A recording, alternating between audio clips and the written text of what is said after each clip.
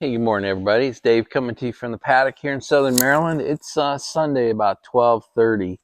Um, kind of definitely had some chilly weather come in overnight. I think we got about a high of 50 today. So hopefully we can actually get out and do a fireside chat tonight. We'll see. Really depends on what the wife's schedule looks like. But hey, also I wear this hat and people always ask me what it says, so I just thought I'd show you. In God We Trust, U.S. patch. Makes sense for this series that we're reading on. In fact, that's what I want to do today is my third installation of reading from the American Cause.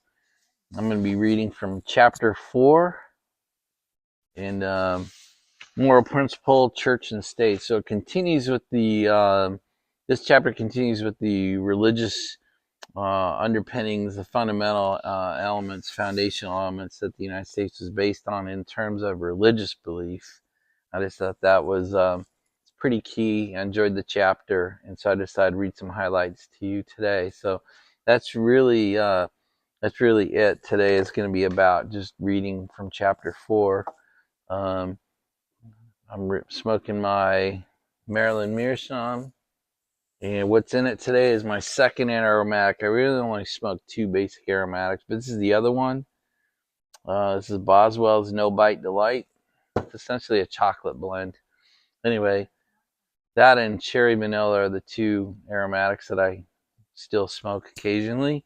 Um, I've converted a number of people to pipes using those two blends because they're quite popular. Both room note and taste are very popular, so that's why I do it. Yeah, I'm gonna turn around and show you Sasha and show you how nice it is outside, and then we'll get on with some readings.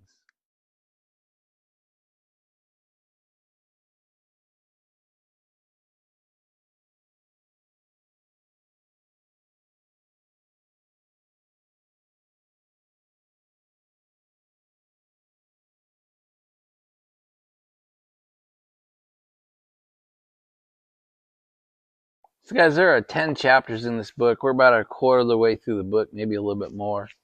So, gives you a sense. If we continue through the rest of the book, it'll probably take us probably another 5-6 sessions. I'll probably do a reading per chapter. It seems to be working better than me trying to summarize across chapters. So that's kind of what I'm thinking.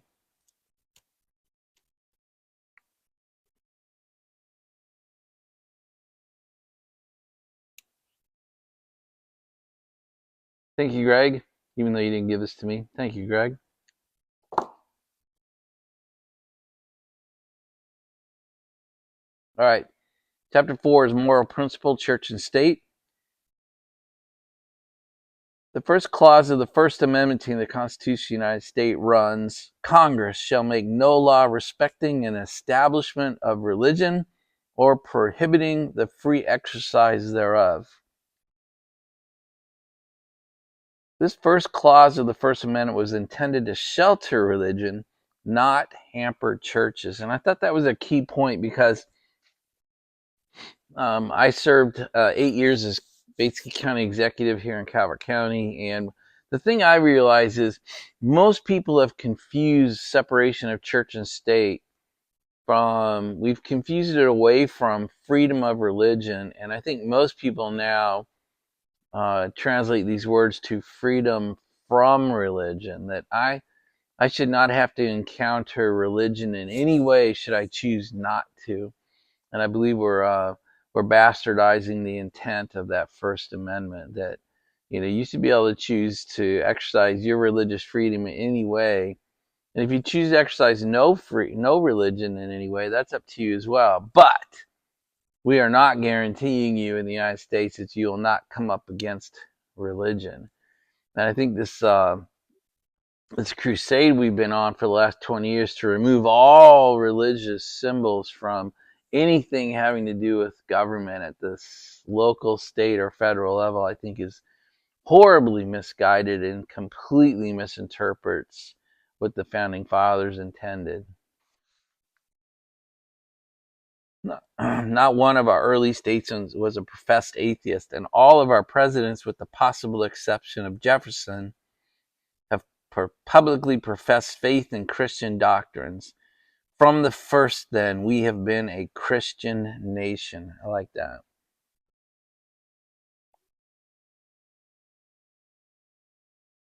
The American government does not avow any particular religious creed, but as Joseph Story wrote in 1833 concerning the First Amendment to the Constitution, the general, if not the universal sentiment in America was that Christianity ought to receive encouragement from the state, so far as was not incompatible with private rights of conscience and the freedom of religious worship. I like that a Supreme Court justice said we should give kind of preferential treatment to Christianity in this country. This view was sustained by the federal Supreme Court through the mid 20th century, as Justice William O. Douglas wrote in a Supreme Court decision of 1951. We are a religious people whose institutions presuppose a supreme being. We guarantee the freedom to worship as one chooses. We make room for as wide a variety of beliefs and creeds as the spiritual needs of man deem necessary. When the state encourages religious instruction or cooperates with religious authorities by adjusting the schedule of public events to sectarian needs, it follows the best of our traditions. I just like the writings of two Supreme Court justices kind of sustain the basis of our country being Christianity. He then goes on to talk about belief in religious foundations versus violation of law. When a religious sect or a private believer actively violates the laws of the land, we do not hesitate to take stern steps against such people. But in America, people can hold such religious views or irreligious views as they choose, so long as they do not attempt to force those views upon others, and so long as their actions do not violate the law. I like that. You can have any religious belief you want in the United States. You can practice whatever religious belief you want in the United States as long as you don't force it on anybody else or violate one of our laws. I like that. I think that has been a key foundation. I don't know, at 60, I grew up believing that. I grew up believing that's what the United States was based on. It's only been in the last few years that I believe we've tried to eradicate any sort of religious conversation when it comes to government, which I still believe is a huge problem and a big error. So the book then goes on to talk about how we treat morals and religion in other countries. And there's just a few sentences here. We have employed every prudent means to discourage or moderate religious or irreligious fanaticism in other countries. And if foreign powers engage in policies that many of us may consider intolerant or immoral, still we do not feel entitled to act against those powers unless their policies contravene international agreements to which we are party, or unless those policies immediately menace the very foundation of religious and moral order in the world. The United States has not been appointed the keeper of the world's consciousness. Great states, like private persons, must seek out their own salvation. I just like that. I thought it was a good, quick conversation about our participation in other countries' religious practices and beliefs. He goes on to say, it is only when our great national interests or the sources of modern civilization are threatened that we feel justified in using our national power to enforce the rules of international law. Since our republic was founded, we have made few attempts to write Christian dogmas into our statute books. I thought that was good too. That's another separation, right? If you read the CFR, the Code of Federal Regulations, CFR, that's where the laws of the United States are memorialized in writing. You can look it up online, CFR. If you read those, very rarely is there anything about religion or Christian dogma written into those laws.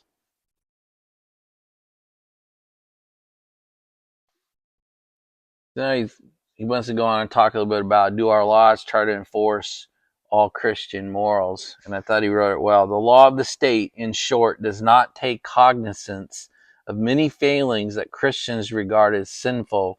We do not try to make our law code identical with the Christian code of ethics.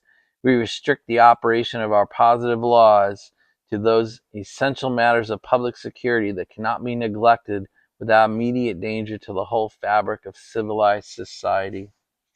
It simply is not possible for political authority to enforce Christian morality or any other sort of morality in the everyday concerns of every man and woman. So when we hear, when the United States or abroad, superficial reproaches about the American failure to make Christianity work in practical politics, we need make no shamefaced apologies. No nation in all history ever succeeded in making through the judge and the policeman its religion or its moral code the inflexible law of the land.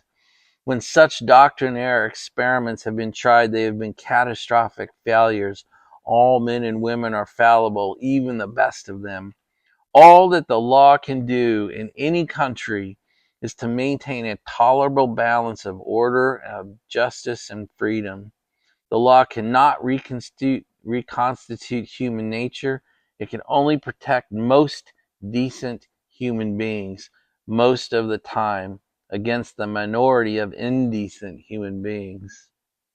The perfect justice and perfect morality never have existed amongst men. Thought that was good. But measured by any reasonable standard, by the yardstick of history or in the scales of justice, the American Republic has succeeded astonishingly well in applying Christian religious and moral principles to governing. The United States has a government of laws, not of men. I like that. The United States has a system of justice founded upon the recognition of a justice more than human. The United States enjoys a measure of tolerance, public and private, almost unique in history.